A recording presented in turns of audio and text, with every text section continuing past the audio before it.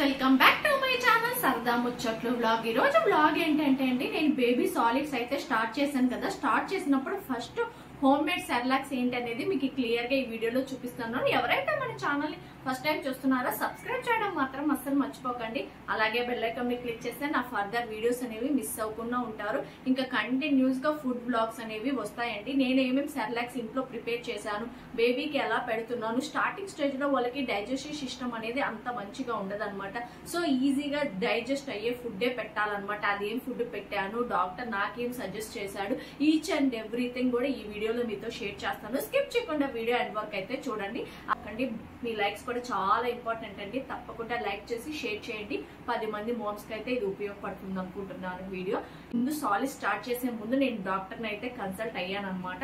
Consult అయినప్పుడు doctor ఏమన్నారంటే ఈజీగా డైజెస్ట్ అయ్యే ఫుడ్ అయితే పెట్టమన్నారు. ఫస్ట్ వచ్చేసి రైస్ కి సంబంధించి ఏ సెర్లాక్ అయినా ఈజీగా డైజెస్ట్ అవుతుంది అని చెప్పారు.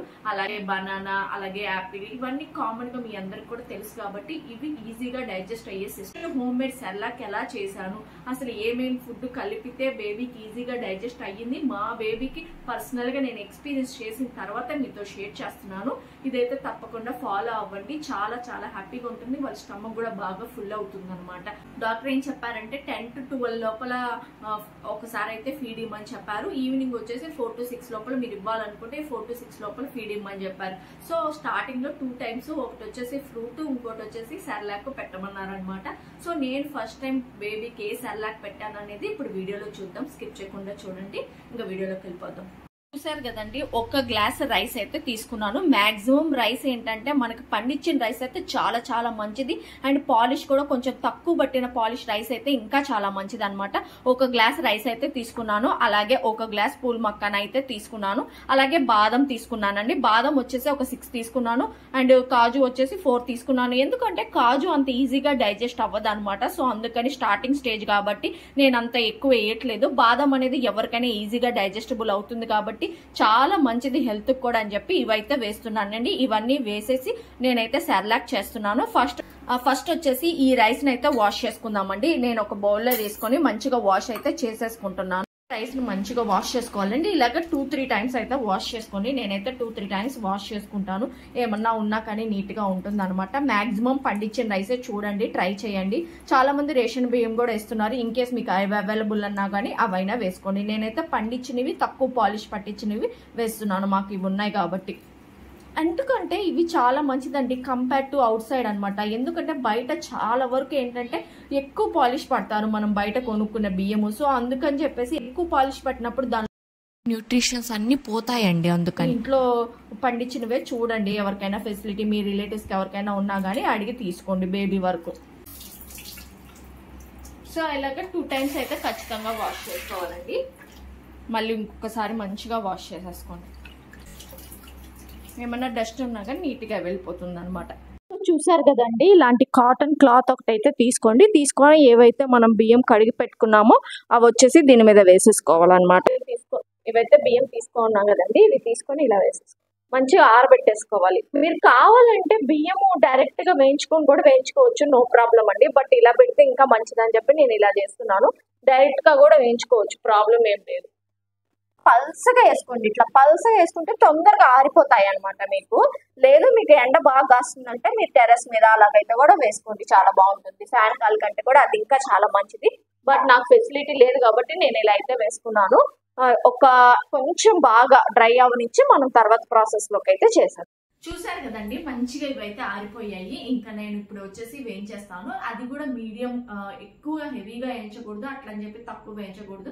మళ్ళీ బేబీకి స్టమక్ పెయిన్ వచ్చే ఛాన్స్ ఉంటుంది. ఒకవేళ మీరు ఇలా కడిగి ఇలా చేసుకోను అనుకుంటే మాత్రం డైరెక్ట్ గా బియ్యం అనేది వేయించుకోవచ్చు. అలా కూడా చేసుకోవచ్చు, ప్రాబ్లం ఏమీ లేదు. కాకపోతే ఏమన్నా డస్ట్ అదన్నా ఉంటే మంచిగా క్లీన్ చేస్తే పోతుంది అని చెప్పేసి నేను ఇలా ఫాలో అవుతున్నాను. మీరు ఇన్ కేస్ కావాలంటే డైరెక్ట్ గా కూడా వేయించుకోవచ్చు అనమాట. సో ఇప్పుడు వచ్చేసి వేసేస్తాను. ఫస్ట్ వచ్చేసి ఎక్కువ అయితే చేసుకోవద్దండి. ఫస్ట్ ఒక గ్లాస్ ట్రై చేయండి, మీ బేబీకి బాగా సెట్ అవుతుందా లేదా ఒకసారి చెక్ చేసుకోండి. బేబీకి మాక్సిమం సెట్ అవుతుందండి, సెట్ అవ్వకుండా అయితే ఉండదు. బట్ మీరు కూడా కొంచెం వేసుకోండి. స్టోర్ చేసి పెట్టడం వల్ల బేబీకి అంత హెల్దీ కూడా కాదు. సో మాక్సిమం కొంచెం చేసుకోండి. నేను ఇట్లా చేస్తున్నాను కదా, ఒక 1 వీక్ అట్లా వస్తుంది. ఇలా మంచిగా వేయించుకోవాలన్నమాట. ఎప్పుడు కూడా దగ్గరుండి వేయించుకోండి. కొంచెం రెడ్డిష్ కలర్ లో వచ్చేటప్పుడు ఆపేసేయండి. మరీ ఓవర్ గా కూడా వేయించొద్దు. దానిలో ఉండే మినరల్స్ అవన్నీ కూడా పోతాయి. మరీ ఓవర్ గా వేయించొద్దు, అట్లా అని చెప్పి తక్కువగా వేయించొద్దు. ఖచ్చితంగా మంచిగా వేయించాలి, లేకపోతే బేబీకి స్టమక్ పెయిన్ వచ్చే ఛాన్స్ ఉంటుంది.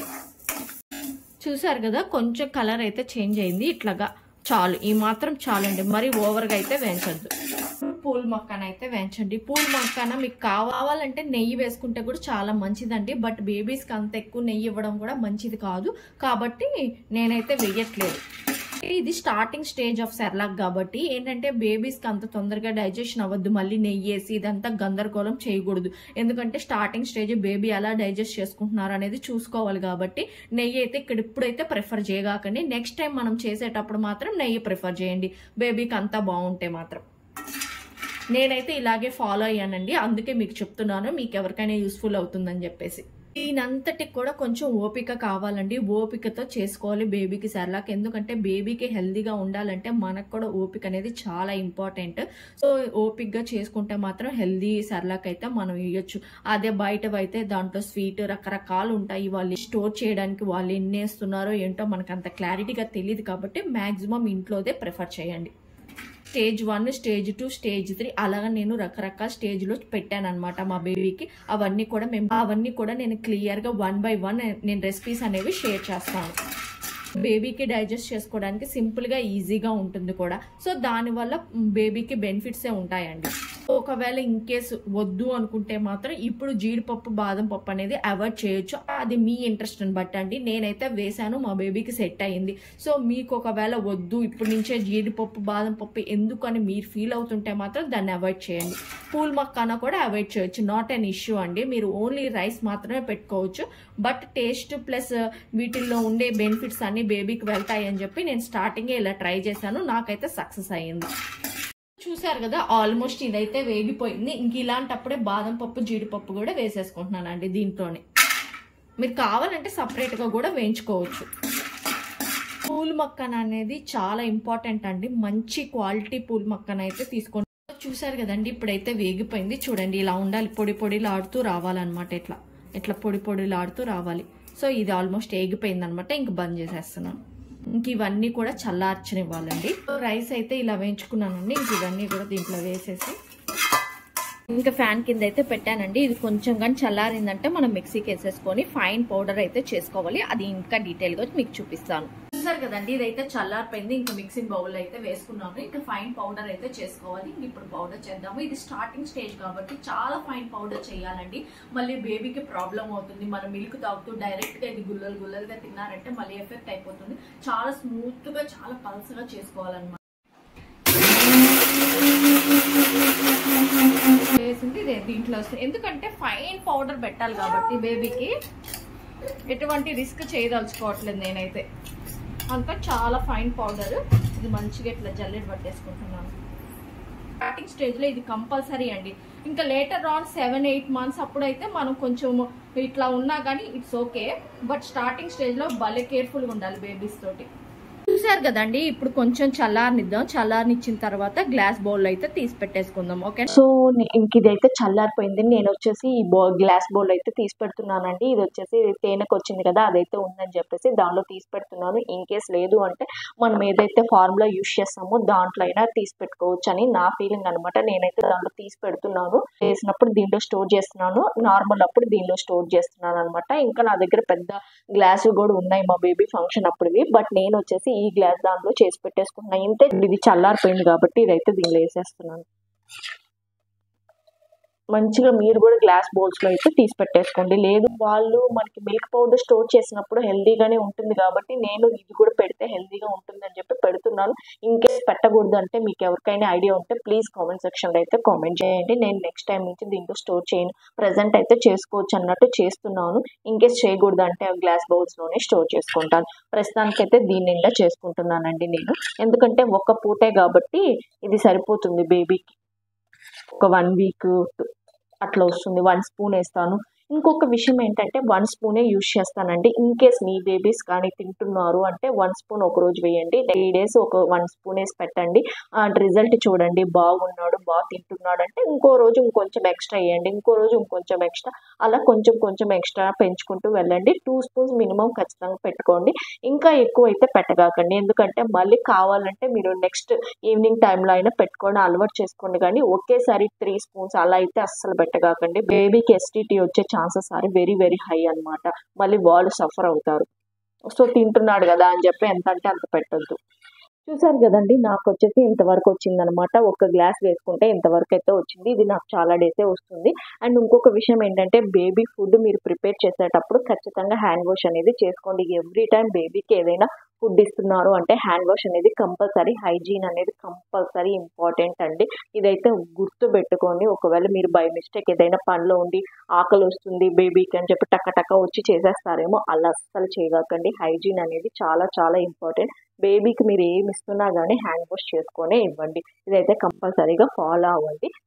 అండ్ ఫుడ్ ప్రిపరేషన్ కూడా నేను చూపిస్తాను. అండ్ నేను కొన్ని టిప్స్ అనేవి పెద్దవాళ్ళ కాలం నుంచి ఫాలో అవుతున్నాను. మీకు ఎవరికైనా ఇంట్రెస్ట్ ఉంటే అది మీరు ఫాలో అవ్వచ్చు. కంపల్సరీ ఫాలో అవ్వాలని రూల్ అయితే లేదండి. ఇప్పుడు 1 స్పూన్ అయితే వేస్తున్నాం మా బేబీకి. చూడండి, దీంతో ఇది ఫార్ములాలో వచ్చింది అనమాట. దాంతో 1 స్పూన్ అయితే వేస్తున్నాము. దానికి తగినన్ని వాటర్ అయితే పోయాలి. అవి ఎంత అనేది చూపిస్తాను. ఇప్పుడు 1 స్పూన్కి 1 గ్లాస్ వాటర్ అయితే పోయాలి. Tea glass water. 1 glass water అయితే పోసుకోవాలండి. ఆ తర్వాత ఉండలు లేకుండా నీట్గా ఇక్కడే కలిపెట్టేసుకోవాలన్నమాట. కలిపెట్టేసుకొని ఇంకా గ్యాస్ మీద పెట్టుకోవడమే. సార్ కదండి, ఇంకా గ్యాస్ మీద పెట్టిన తర్వాత కొంచెం కలిపెట్టుకుంటూ ఉండాలి. దగ్గరుండి మాత్రమే చేసుకోవాలి, ఎందుకంటే పొంగు వచ్చేస్తుంది అనమాట. ఒకవేళ కావాలంటే మీరు పెద్ద బౌల్ అయినా పెట్టుకోండి, బట్ దగ్గరుండి మాత్రం కంపల్సరీ చేసుకోవాలండి. అండ్ ఇంకొక విషయం ఏంటంటే పెద్దవాళ్ళం కాలం నుంచి నేను ఫాలో అయ్యే టిప్ ఏంటంటే కొంచెం సాల్ట్ అయితే వేస్తున్నాను. ఎంత వేస్తున్నాను అనేది చూపిస్తాను మీకు. ఎందుకు వేస్తున్నానంటే ఫస్ట్ 2 డేస్ నేనైతే వేయకుండా పెట్టానండి. బేబీ మోషన్ అనేది గట్టిగా వెళ్ళాడు. ఎప్పుడైతే కొంచెం సాల్ట్ వేయడం స్టార్ట్ చేశానో అప్పటి నుంచి లూజ్గా వెళ్తున్నాడు. మళ్ళీ నేను సాల్ట్ వేయకుండా కూడా ట్రై చేశాను, మళ్ళీ అలాగే వెళ్తున్నాడు. సో నాకేం అర్థమైందంటే కొంచెం సాల్ట్ వేస్తే బెటరే, పెద్దవాళ్ళు చెప్పేది కరెక్టే అని నేను ఫాలో అవుతున్నా. ఇన్ కేస్ మీకు ఎవరికైనా ఇంట్రెస్ట్ లేకపోతే ఖచ్చితంగా అవాయిడ్ చేయండి, నో ప్రాబ్లం అనమాట.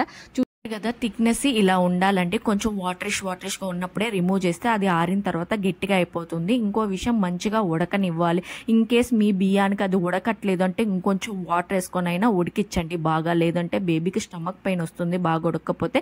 ఈ మాత్రం కన్సిస్టెన్సీలో రిమూవ్ చేయొచ్చు మీరు. వచ్చేసి 1 టీ స్పూన్ ఆఫ్ నెయ్యి అయితే వేస్తున్నానండి. టేస్ట్ చాలా బాగుంటుంది, బేబీ ఈజీగా తినేస్తాడనమాట. దానికోసము ప్లస్ నెయ్యి వేస్తే కూడా బలంగా ఉంటారు బేబీస్ అని చెప్పి 1 టీ స్పూన్ అయితే వేస్తున్నాను. ఆరిన తర్వాత ఇంకొంచెం థిక్నెస్ వస్తుంది, మీకు క్లియర్గా చూపిస్తాను చూడండి. ఈ మాత్రం థిక్నెస్ అయితే వస్తుంది. చూసారు కదా, మనం ఏంటంటే సాలిడ్ జర్నీ స్టార్ట్ చేసినప్పుడు మిల్క్ తర్వాత వాళ్ళు తీసుకునేది ఇదే కాబట్టి ఈ మాత్రం కన్సిస్టెన్సీ ఉంటే, మరి వాటర్ ఉండకూడదు, అట్టని చెప్పి గట్టిగా ఉండకూడదు, ఈ మాత్రం ఉంటే చాలా అనమాట. ఐ హోప్ ఈ ఇన్ఫర్మేషన్ మీకు యూస్ఫుల్గా ఉంటుంది అనుకుంటున్నాను. వీడియో కానీ నచ్చితే లైక్ చేయండి, షేర్ చేయండి, సబ్స్క్రైబ్ చేయండి. మళ్ళీ నెక్స్ట్ వ్లాగ్లో కలుద్దాం. అంతవరకు బై, థ్యాంక్స్ ఫర్ వాచింగ్.